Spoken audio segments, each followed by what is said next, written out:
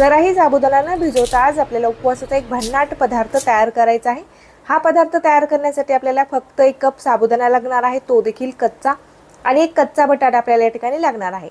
कमी साहित्यामध्ये त्याचबरोबर कमी वेळेमध्ये आणि कमी मेहनतीमध्ये आपला हा पदार्थ बनून तयार होतो। आतून एकदम पोकळ आहेत आणि वरून एकदम छान कुरकुरीत आहेत। साबुदाण्याचा हा पदार्थ तयार करण्यासाठी आपण या ठिकाणी कच्चा बटाटा घेतलेला आहे। बटाट्यावरील आपण साल काढून घेतलेली आहे आणि साल काढून घेतलेला बटाटा मी या ठिकाणी पाण्यामध्ये घालून घेतलेला आहे।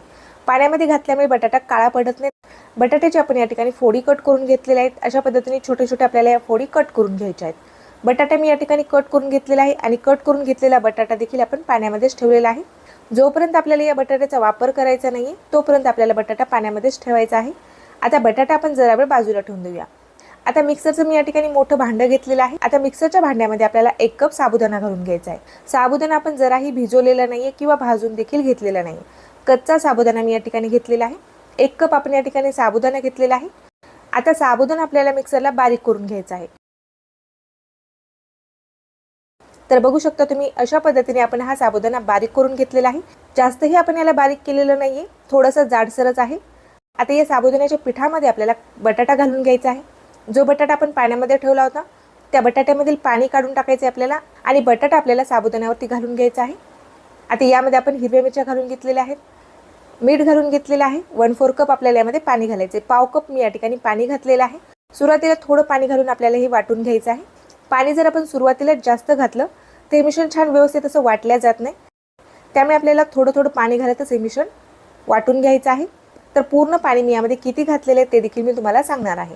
बटाटा व्यवस्थित असा बारीक झालेला आहे, मिरच्या देखील छान बारीक झालेल्या आहेत। आता परत मी यामध्ये 1 ते 1.5 कप पाणी घालून घेणार आहे। 1 कप साबुदाण्यासाठी आपल्याला 2 कप पाण्याचा वापर करायचा आहे। तर मी यामध्ये 1 ते 1.5 कप पाणी घातलेले आणि मिश्रण वाटून घेतलेलं आहे। परत मला मिश्रण थोडंसं घट्ट वाटत होतं म्हणून मी यामध्ये परत आणखी अर्धा ते पाऊण कप पाणी घातलेलं आहे। परत आपण मिक्सरला याला फिरून घेतलेलं आहे। आता मिश्रण तुम्ही बघू शकता एवढं पातळ आपण तयार करून घेतलेलं आहे। जास्त घट्ट देखील आपल्याला मिश्रण ठेवायचं नाहीये। यामध्ये जर पाणी कमी असेल तर आपले भज्जे तेलामध्ये फुटू शकतात। आता मिश्रण आपण छान पातळ तयार करून घेतलेलं आहे। एका बाउलमध्ये मी या ठिकाणी मिश्रण काढून घेतलेलं आहे। 2 कप पाणी वापरून मी हे मिश्रण तयार करून घेतलेलं आहे। आता आपल्याला याला जरा वेळ बाजूला ठेवून द्यायचं आहे। तोपर्यंत आपल्याला या ठिकाणी एक चटणी तयार करून घ्यायची आहे। मिक्सरच्या भांड्यामध्ये आपण या ठिकाणी ओल्या नारळाचे काही काप घालून घेतलेले आहेत। भाजून छिलका काढून घेतलेले शेंगदाणे आपण यामध्ये घालून घेतलेले आहेत 2 ते 3 चमचे। 2 हिरव्या मिरच्या आपल्याला यामध्ये घालून घ्यायच्या आहेत। चवीपुरतं आपण यामध्ये मीठ घालून घेतलेलं आहे। 2 चमचे आपण यामध्ये दही घातलेलं आहे। जास्त आंबट नसलेलं दही मी या ठिकाणी घेतलेलं आहे। थोडंसं पाणी घालायचं आपल्याला यामध्ये आणि चटणी आपल्याला मिक्सरला छान बारीक अशी वाटून घ्यायची आहे। चटणी आपल्याला एकदम पातळ तयार न करता थोडीशी घट्ट तयार करायची आहे। तर अशा पद्धतीने आपण मिक्सरला ही चटणी बारीक करून घेतलेली आहे।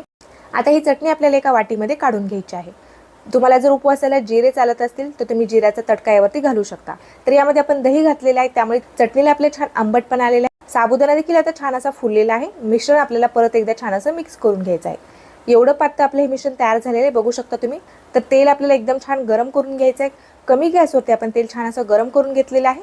तेल छान तापलेलं आहे। आता यामध्ये आपल्याला हे भजे सोडून घ्यायचे आहेत। तर सुरुवातीला मी मध्यभागी 2 ते 3 भजे सोडलेले आहेत। त्याच्या बाजूने आपण गोल आकारामध्ये हे भजे सोडलेले आहेत। गोल आकार देऊन घ्यायचे या भज्याला। तर अशा पद्धतीने आपण तेलामध्ये एक एक करून गोल आकारामध्ये भजे सोडून घेतलेले आहेत। भज्याचं मिश्रण आपलं थोडंसं पातळ आहे त्यामुळे भजे तेलामध्ये गेल्यानंतर एकमेकांना चिटकतात। भजे तळून झाल्यानंतर हे भजे वेगळे केल्यानंतर व्यवस्थित असे निघतात देखील। तुम्हाला जर वेगवेगळे भजे तयार करायचे असतील तर तुम्ही थोड्या थोड्या प्रमाणामध्ये तळून घ्या।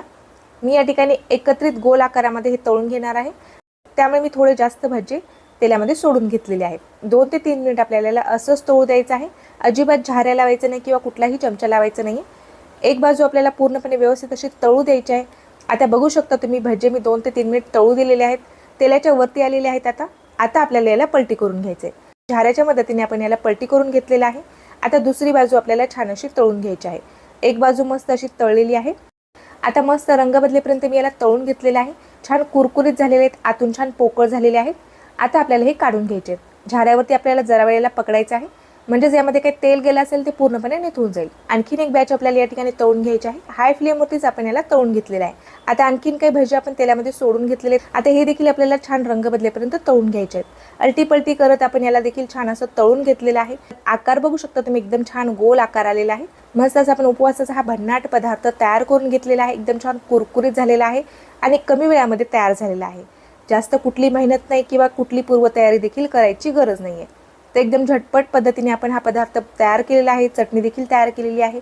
रंग देखील छान आलेला आहे आणि मस्त कुरकुरीत झालेला आहे. उपवासाच्या दिवशी जर एकदम झटपट तयार होणारं आणि चटपटीत असं काही खायचं असेल तर तुम्ही अशा पद्धतीने हे कच्चा साबुदाणा आणि कच्चा बटाटा वापरून हे किंवा उपवासाचा हा पदार्थ तयार करू शकता. तर या एकादशीला तुम्ही हा पदार्थ नक्कीच एकदा बनवून बघा. चटणीसोबत एकदम भन्नाट लागतो. उपवासालाच हा पदार्थ बनवावं असंही काही नाही. उपवास नसेल तेव्हा देखील तुम्ही हा पदार्थ बनवून खाऊ शकता. तर तुम्हाला आजची ही रेसिपी कशी वाटली ते मला कमेंट करून नक्कीच कळवा. व्हिडिओ जर आवडला असेल तर व्हिडिओला लाईक करायला विसरू नका. अशाच नवनवीन रेसिपी पाहण्यासाठी चॅनलला सबस्क्राईब केलं नसेल तर लगेचच आपल्या चॅनलला सबस्क्राईब करून घ्या. फेसबुक पेजला आणि इंस्टाग्राम पेजला देखील फॉलो करा. स्वातीस मराठी रेसिपी नावाने सर्च केलात तर फेसबुकला देखील तुम्हाला चॅनलचं पेज भेटेल आणि इंस्टाग्रामला देखील तुम्ही स्वातीस मराठी रेसिपी सर्च केला तर तुम्हाला तिथे देखील आपल्या चॅनलचं पेज भेटेल. त्याला देखील फॉलो करा, म्हणजे त्यावरती देखील तुम्हाला वेगवेगळ्या रेसिपी पाहायला मिळतील. व्हिडिओ इथपर्यंत बघितल्याबद्दल धन्यवाद.